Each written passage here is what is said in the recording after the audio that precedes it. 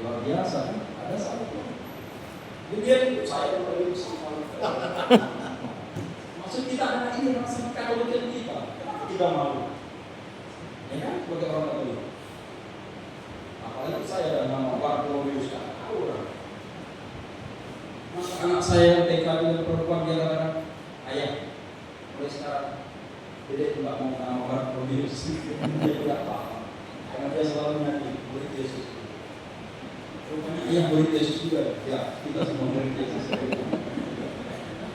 Sensus Katolikis dan karakter berbangsa. Bahwa itulah saya katakan, kita harus tampak sebagai orang Katolik dan juga tampak sebagai orang Indonesia. Jelas kekatolikan kita dan jelas juga Indonesia. Sensus Katolikus itu sesuatu yang kalau sudah diinternalisir biasanya orang akan menilai, oh orang begitu ya orang Katolik. Senang kan kalau dipuji bahwa kita orang Katolik kenapa? Wajah kita nama.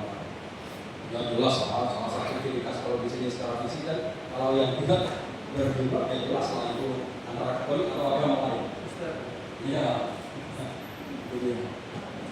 Nilai-nilai karakter berlandaskan budaya bangsa, religius, jujur, toleransi, disiplin, kerja keras, kreatif, mandiri, demokratis, rasa ingin tahu. Nah, rasa ingin tahu ini kuriositas, bukan berarti bahwa selalu mau tahu tentang apa. Maksudnya ini rasa ingin tahu dalam arti positif, bahwa selalu mau belajar, selalu mau mengetahui lebih dalam. Long life education, selalu belajar, selalu mau mendengarkan. Apa bacaan beberapa hari lalu tentang Maria dan Marta? 2 hari lalu. Marta iri dengan Maria. Yesus minta tolong supaya Maria dibantu saya, tidak termasuk saya masak terus. Apa kata Yesus? Marta, Maria telah mengambil bagian yang terbaik. Dia duduk dengan kaki Tuhan. Tahu apa arti disiplin dari bahasa Latin? Discipulus, artinya murid. Seorang murid adalah seorang yang selalu mendengarkan, duduk dengan kaki Tuhan. Dia di bawah, tahu dia posisinya, disiplin. Akhirnya orang yang selalu tepat waktu. Dia sudah langsung dipoto dengan dia. Masih kosong. Saya juga merasa. Discipulus, seorang murid yang selalu mendengar. Dan Maria melakukan itu. Tapi apakah Marta salah? Tidak.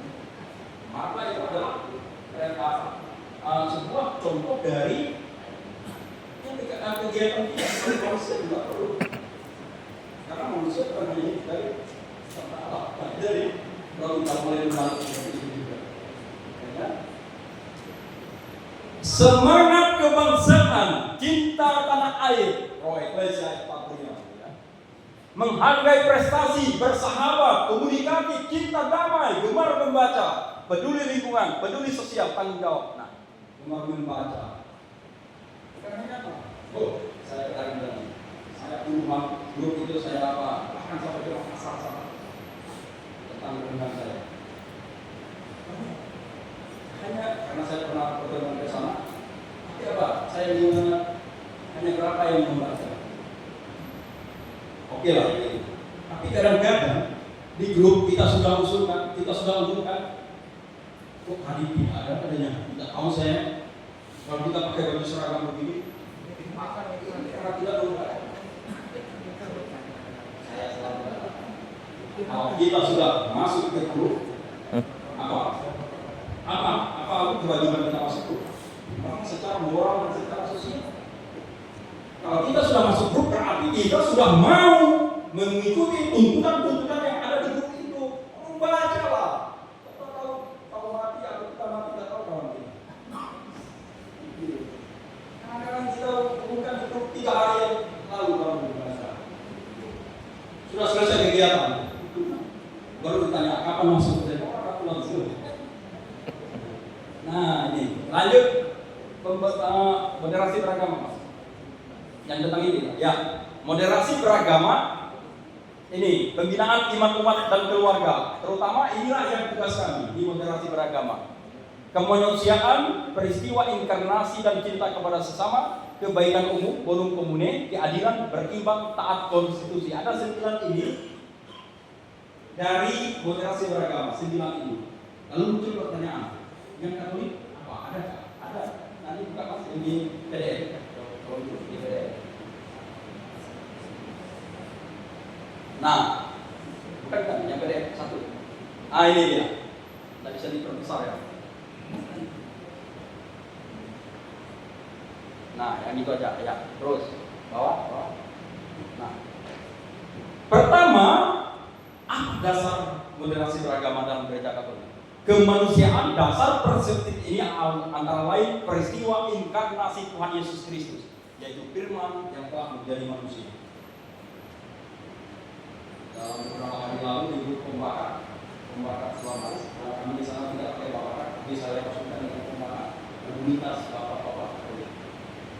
Itu ada seorang bapak yang apa ini? Apa yang benar karena sabda sudah menjadi manusia atau firman sudah menjadi manusia? Dalam bahasa Latin dalam India, verbum caro factum est. Verbum itu sabda, caro itu daging, factum est sudah menjadi fakta, sudah menjadi manusia.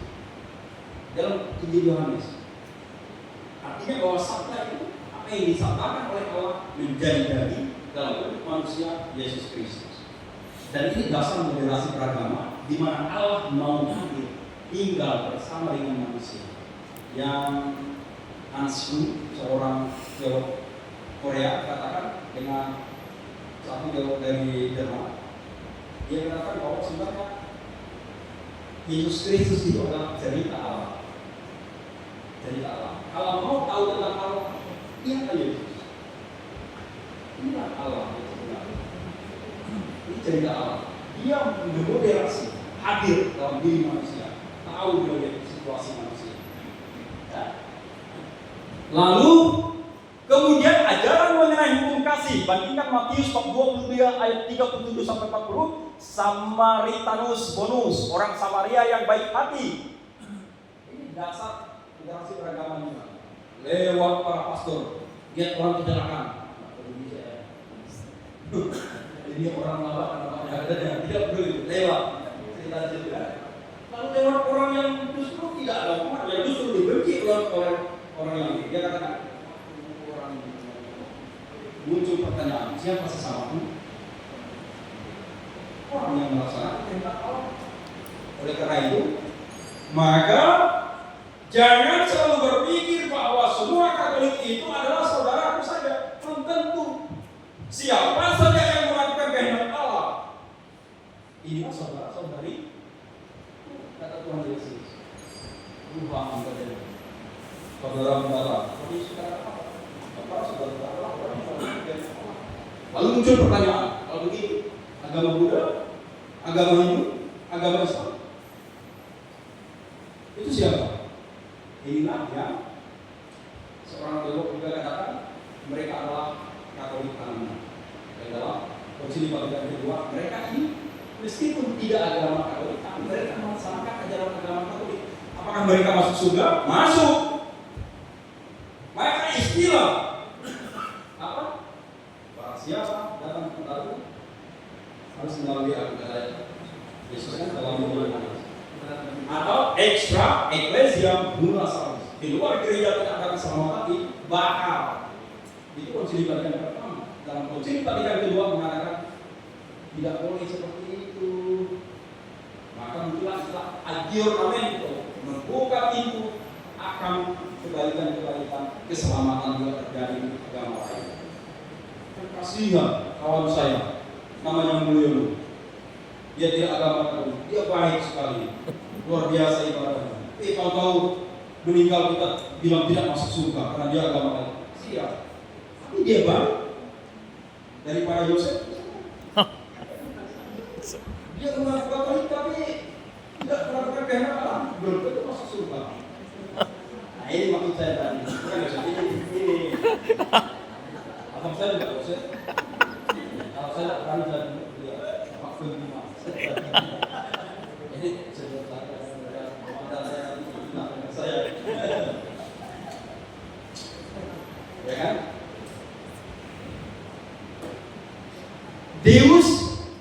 Caritas S, ensiklik Paus Benedictus ke-16, 25 Desember 2025. Hormat terhadap hidup manusia, tahap dini, instruksi kongregasi ajaran iman, Evangelium Vitae, Injil kehidupan, ensiklik Paus Yohanes Paulus kedua, Eutanasia, ajaran sosial gereja. Semuanya itu adalah berbicara tentang moderasi beragama. Bagaimana penghargaan terhadap kehidupan manusia.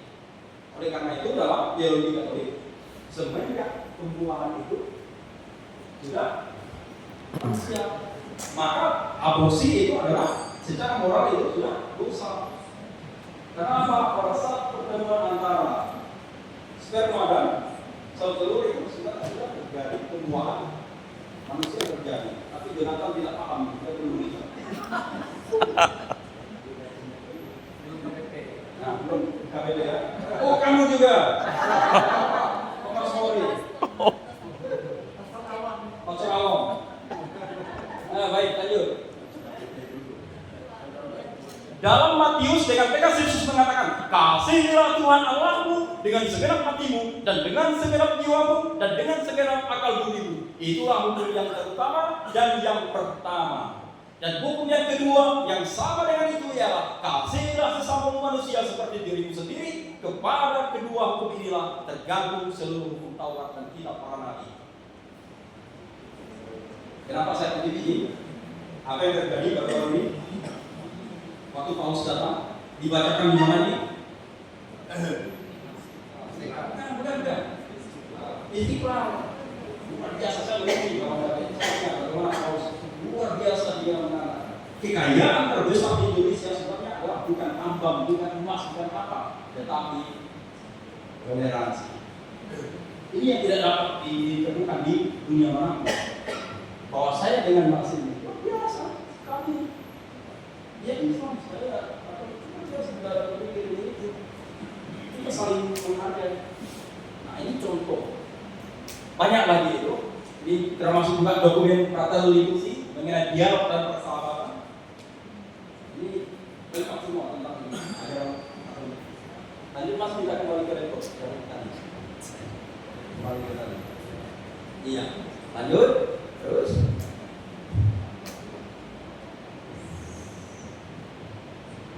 Nah, ini yang kedua. Apa sasaran kedua? Gereja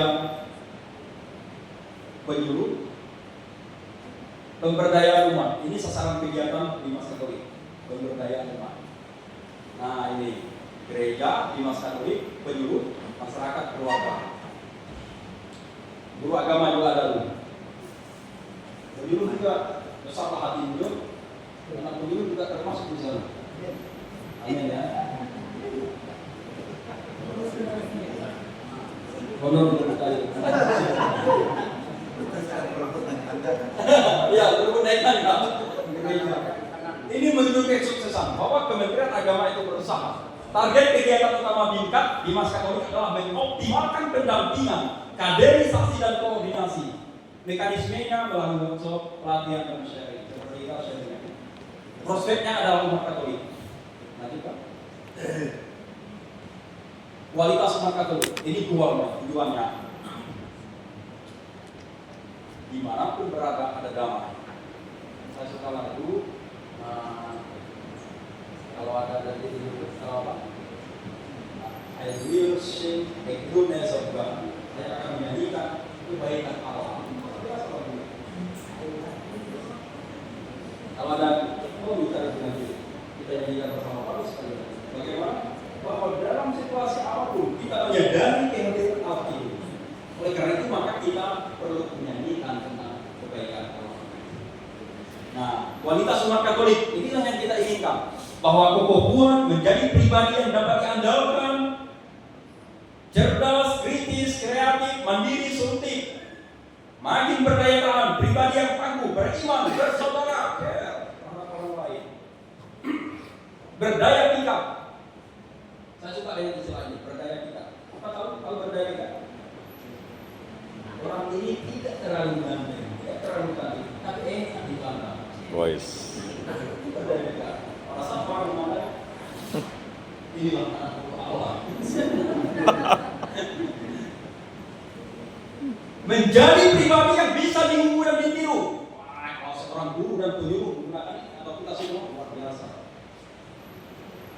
Ada guru yang hadir, dirindukan umatnya. Ada penyuluh yang hadir, dirindukan oleh umatnya.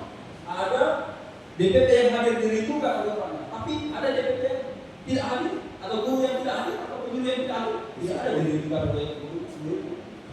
Jangan guru itu tidak masuk. Ini kayak hadir, tapi tidak dengan kehadiran. Hadir dia, kita kemana pikirannya? Tidak dengan kehadiran. Ada yang menjadi siswa menjadi takut kalau dia hadir. Ngeri ya. Jangan sampai siswa takut. Jangan sampai umat takut kalau penyuluhnya hadir. Jangan sampai pastor wakil nggak mau bisa kalau pastor itu di luar negeri pernah. Saya bikin bisa, sorry, saya kerja khotbah hanya marah-marah. Padahal sebenarnya khotbah itu adalah pewartaan kabar baik. Diharapkan umat yang keluar dari gereja merasa senang, luar biasa. Tapi kalau khotbah pastor jelek keluar, aduh beban. Marah saja kerjanya. Dulu saya ingat waktu saya masih kecil. Katanya anakmu urus dulu katanya. Khotbah. Biar kata anak-anak itu apa dia marah-marah? Datang terlambat tidak hormat. Pulang cepat, datang terlambat mengganggu umat, pulang cepat tidak hormat. Lentera menjadi inspirasi bagi banyak orang, menjadi inspirasi bagi sesama dalam mencintai dan berbela rasa. Makin melayani pribadi yang menjadi cahaya bagi sesama. Inilah kita. Seperti saya katakan tadi. Lentera tahu? Saya tidak katakan dengan lampu sorot, lentera saja. Penduduk pertama, suluh, katekis dalam bahasa akademiknya, bahasa pemerintah, juru penerang. Kita ini katekis semua kan? Apa dasar katekis kita? Baptisan. Semua kita menjadi katekis. Nah, kita ini dipanggil untuk menjadi katekis, menjadi inspirasi bagi sesama dalam mencintai dan berbela rasa, sehingga orang katakan, tolong belajar dari keluarga itu. Dulu saya omak saya. Sekarang sakit hati saya. Dia katakan, dia tuh. Kawan usaha tuh, pintar ya. Waktu dibandingkan dengan waktu. Apa lagi kita usaha? Kayak kalau begini.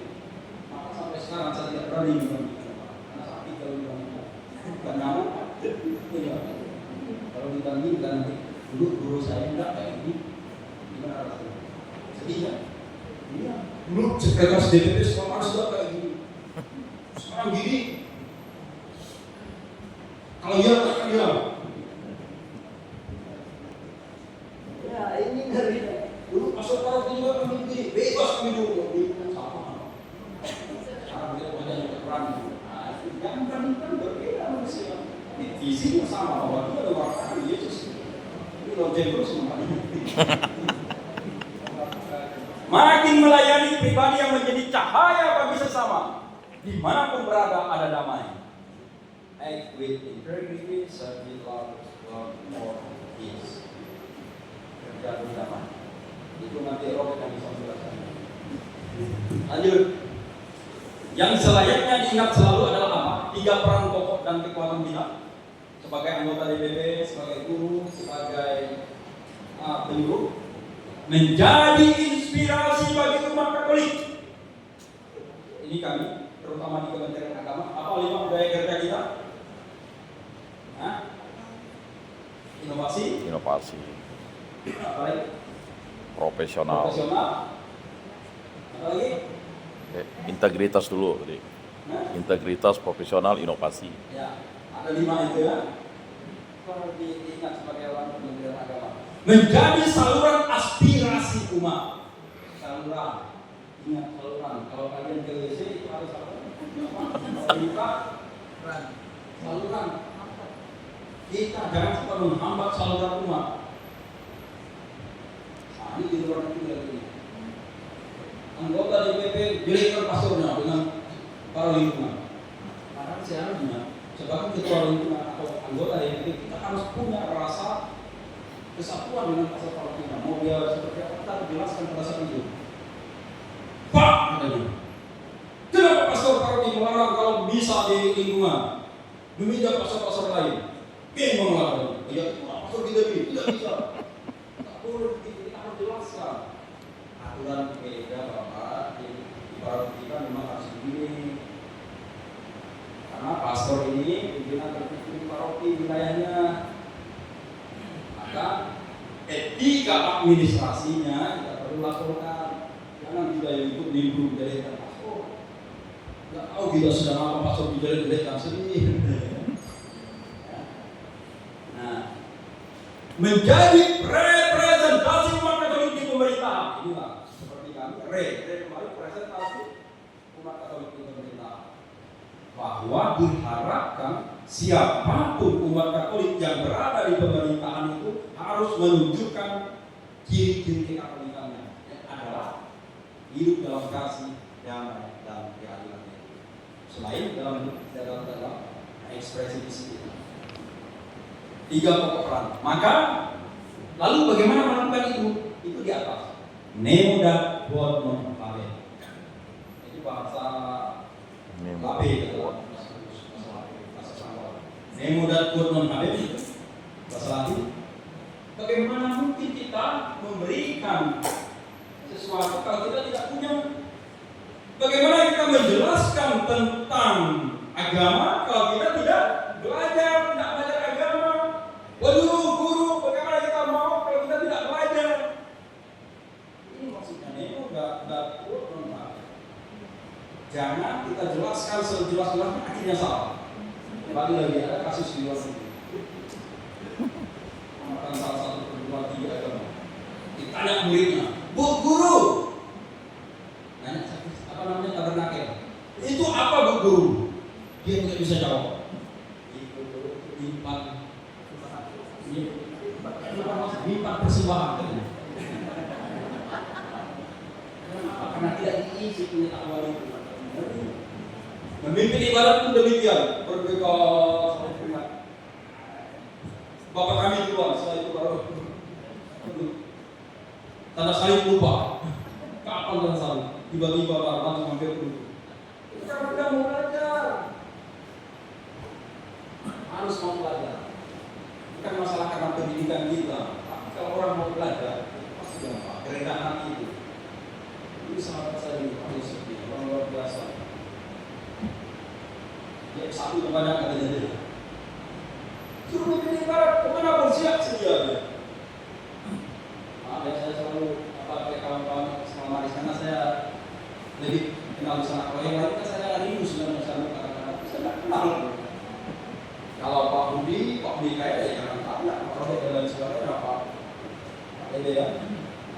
Mereka sudah memulai, apalagi Pak Budi kali. Dia nggak masuk proti. Nah, melayani dengan sepenuh hati. Sepenuh hati. Tahu ya? Tidak perlu saya jelaskan lagi. Bersedia susah untuk umat, untuk orang yang dilayani, untuk murid, untuk siswa, untuk umat kita. Bersedia susah. Paham ya maksudnya? Bortider indre, suabider in modo. Apa maksudnya? Lentur dalam segala hal. Tapi prinsip kita harus tegas. Boleh kita menghargai, ikuti kegiatan-kegiatan agama dan sebagai bakar, tapi dalam prinsip bahwa Yesus Kristus satu-satunya penyelamat kita. Harus. Saya selalu katakan dalam moderasi beragama, tidak ada agama yang sama. Kita dengan Kristen pun berbeda. Jangan kita samakan. Kita harus berpikir bahwa Katolik itu adalah Katolik yang terbaik yang membawa kita kepada keselamatan. Tapi apakah agama lain? Ada, kita hargai mereka. Tapi kita harus mengatakan bahwa kita yang terbaik.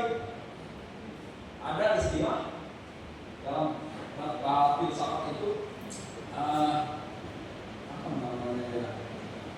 Fanatisme cinta, kata seorang Gabriel Marcel. I love you because you are. Saya mencintai kamu karena kamu adalah kamu. Bukan karena kamu ganteng, bukan karena kamu cantik, bukan karena kamu kaya, bukan apa, tetapi karena kamu adalah kamu yang telah diberikan oleh Allah. Maka perlu fanatisme dalam kita.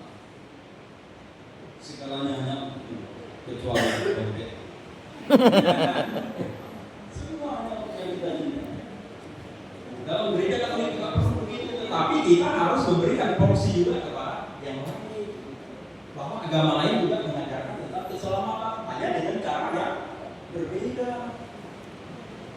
Jangan katakan, sama agama itu enggak apa, kau bilang agama enggak.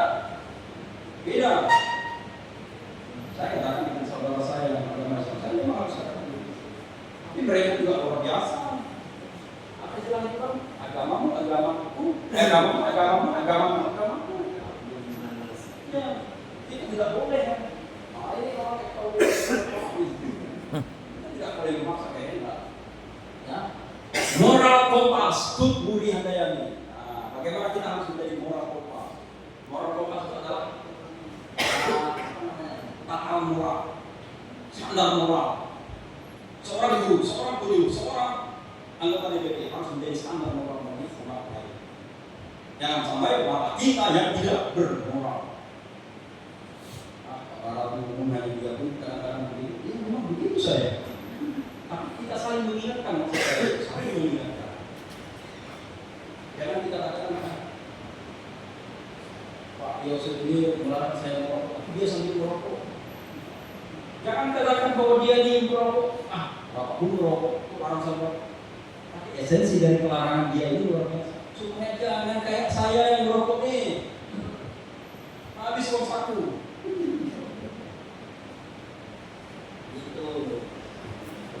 Moral kompas membangun berempati dalam aksi, selalu mau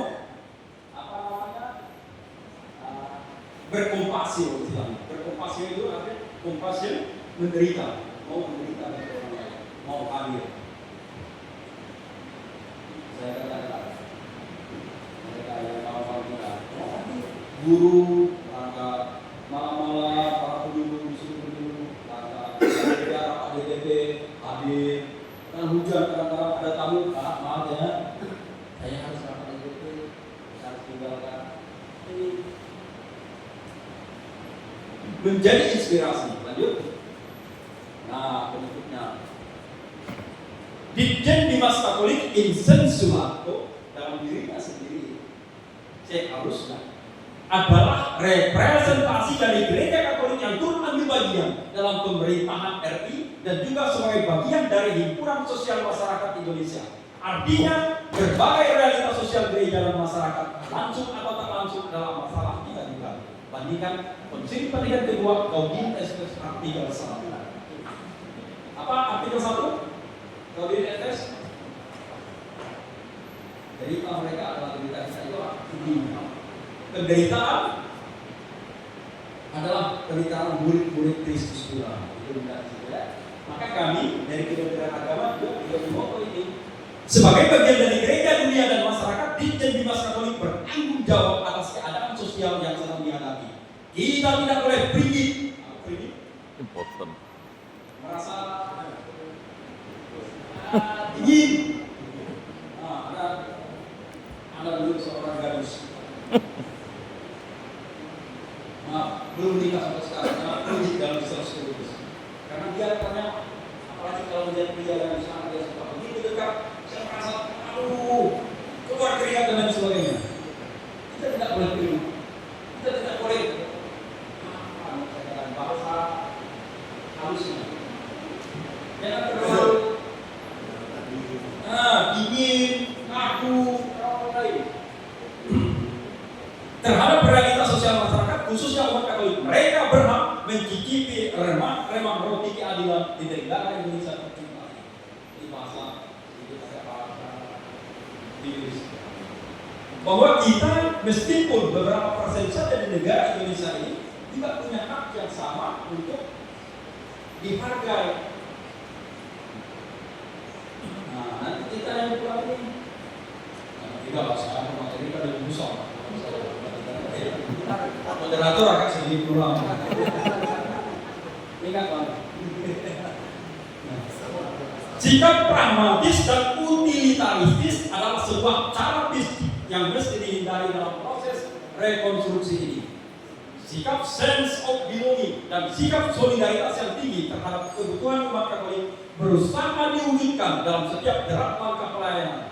Ini berarti bahwa Bimas Katolik mesti mampu berkompasio dengan masyarakat, mendengar tumpahan keluhan umat dan berupaya mengakomodir kepentingan mereka. Bapak Ibu, bahasa Dimas Katolik itu kami juga kita. Kita harus mampu berkompasio, sense of belonging, merasa memiliki, merasa terlibat.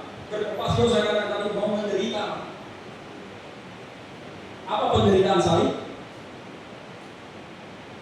Sering orang katakan, saya ini memang inilah salib saya. Apa rupanya salibmu? Itu tadi uang saya jatuh di sana, ketika saya mana yang itu bukan penderitaan salib.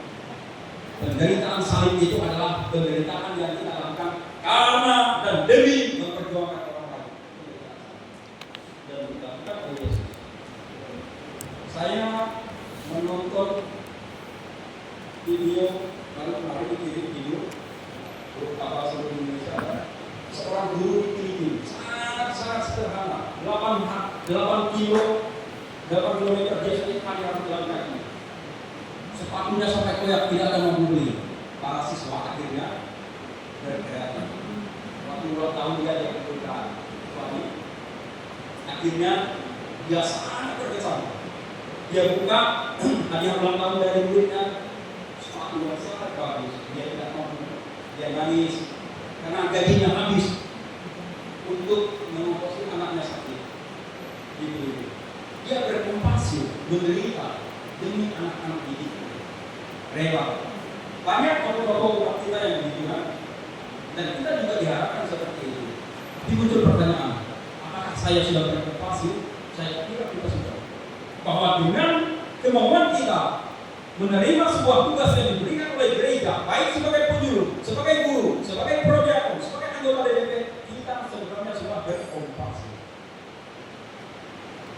Ya, saya katakan tadi, Pak Pengawas kami, beliau itu pulang balik, seluruh prodiakon ini diberi. Habis minyak dia bayar sedikit. Ini berkompasio, ini guru. Guru, itu pengawas kami. Kan saya mau katakan tolong perhatikan dia tidak mau. Dikasih kue, dia makan sama-sama dengan kami. Dia tidak mau makan kue. Kecuali di sana, mungkin ada orang. Baik. Lanjut. Ini saja. Mari mewujudkan masyarakat Katolik yang 100% Katolik dan 100% Pancasilais dalam negara yang berbineka tunggal ika. NKRI Agama. Sekian dan terima kasih. Mari kita beri aplaus kepada Pak Bara.